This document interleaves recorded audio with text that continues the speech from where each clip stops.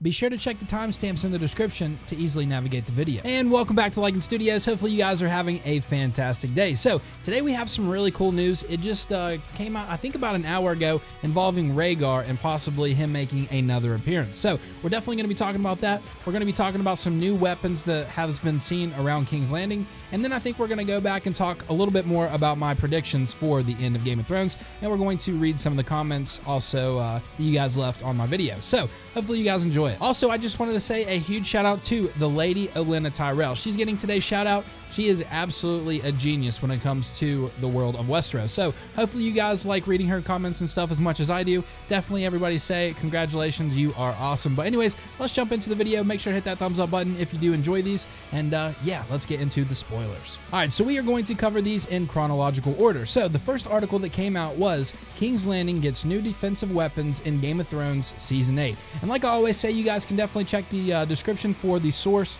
It's Watchers on the Wall. Awesome website. You guys should definitely check it out. I'll definitely be putting the pictures up while I'm talking about this, but anyways, it starts out, it says, with filming at Ballantoy having finished without so much as a peep, and it still being a few days away from hosting any of the cast for the Dragon Pit shoot, we turn our attention back to the project that's taking more than 6 months to finish, the King's Landing set. Since production appeared to start, we haven't heard much, for good reason we now know, but there's still progress on the set, such as the weapons posted along the city walls. It says Lycan Studios has been quiet lately despite significant movement around the King's Landing set, which we did talk about in one of my previous videos if you want to go check it out, on which we reported as recently a week ago. According to our sources, more recently, production has been either very unassuming or non-existent. In other words, the big battle shoot hasn't begun in earnest yet, or else we would have noticed. However, that doesn't mean that there are no developments. Godlike Location shows the set is still getting new props, such as more flags is seriously compensating for a lack of actual power, and posted along the walls, spear racks and arrow-filled ground quivers. I'll definitely be putting up some pictures of a couple other things as well. They have pictures of the Red Keep entrance, which also has a flag on it. Then they also have the dome that is recreated with a wind vane instead of a cross. And then it shows the tower right beside the dome that has a green screen on it. It says that it is likely for a VFX belfry, which is like a bell tower basically. Now also keep in mind that this is not the only type of weaponry that we've seen. We also seen those scorpions. It says arrows will have to do for now, as the anti-dragon scorpions we saw being tested are nowhere to be seen. Nevertheless, we still expect them to be mounted on the 3 wooden platforms built on top of the city gate, which you can see in the first photo. Whew, I was reading that and forgot to breathe. It happens.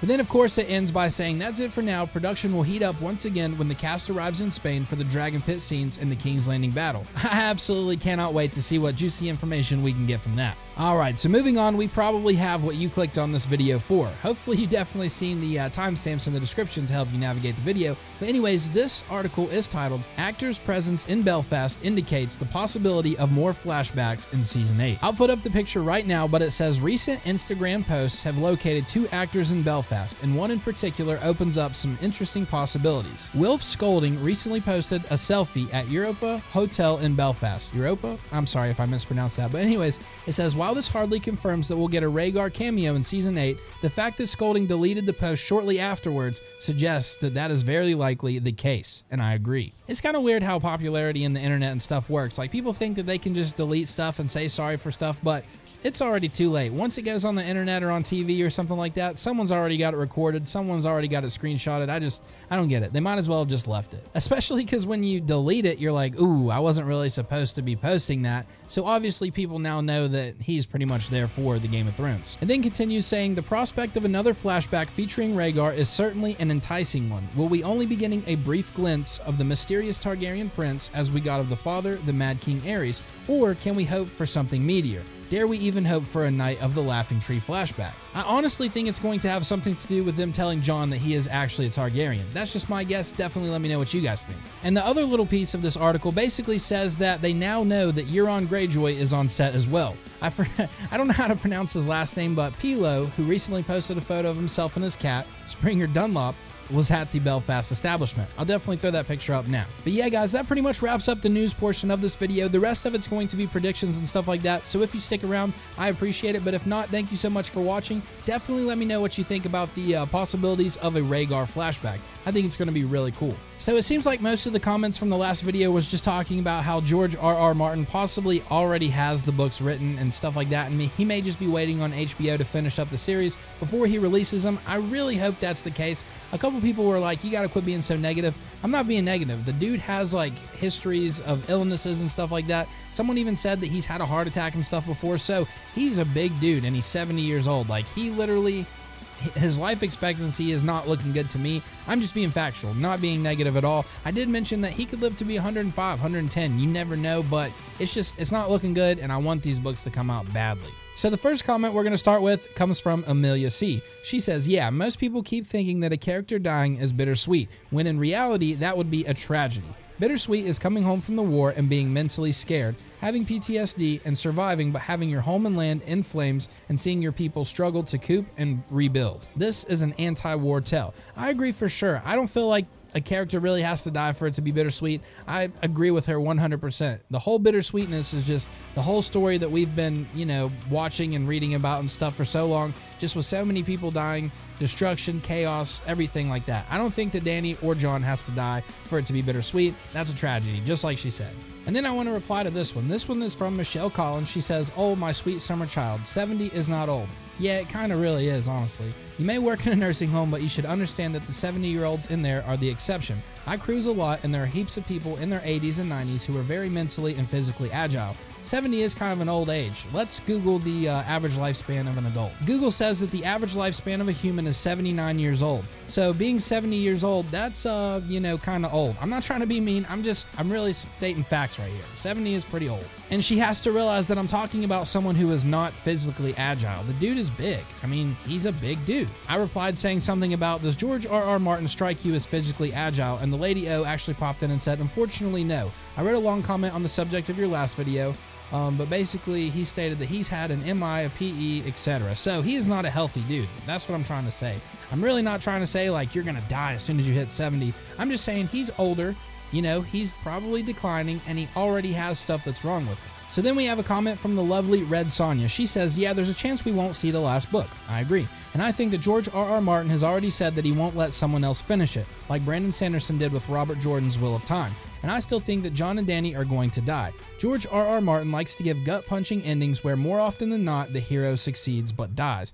I could see that happen. And I mean, I'm still not past the point where I think that Jon and Dany will both live. I just really hope they do. And I know he said in the beginning that he wanted them to, but I mean, that was back when Jon and Arya had, a thing for each other. So it's definitely going to be interesting to see. I cannot wait. And I do want to say real quick, thank you guys so much for all your comments and stuff. It means a lot. Michelle Collins, I definitely wasn't just trying to bash or anything. I just want you to know that I'm really just trying to put facts out there. I mean, you started it off, my sweet summer child, so you're obviously trying to be really nice, and I really appreciate it. So then, of course, we have a comment from the Lady O. She says, how the story will end is a massive subject. Here's one small aspect. I think the dominant family names will be Snow, Rivers, Storm, Sandstone, Flowers, and Pike, based on current characters. I also believe the story is being told from 1,000 years in the future by Samwell's descendant, based on the map Rising from Ruins, a song of ice and fire by Maester Tarly. Great update, thanks, love, QOT. I really appreciate that comment. I think that would be absolutely amazing. If they ended the show with those names and stuff like that, I would definitely be okay with that. And I think if they could figure out a way to throw George R.R. Martin in the end, possibly having him tell the story, that would just be incredible. Maybe a little too played out, but definitely incredible.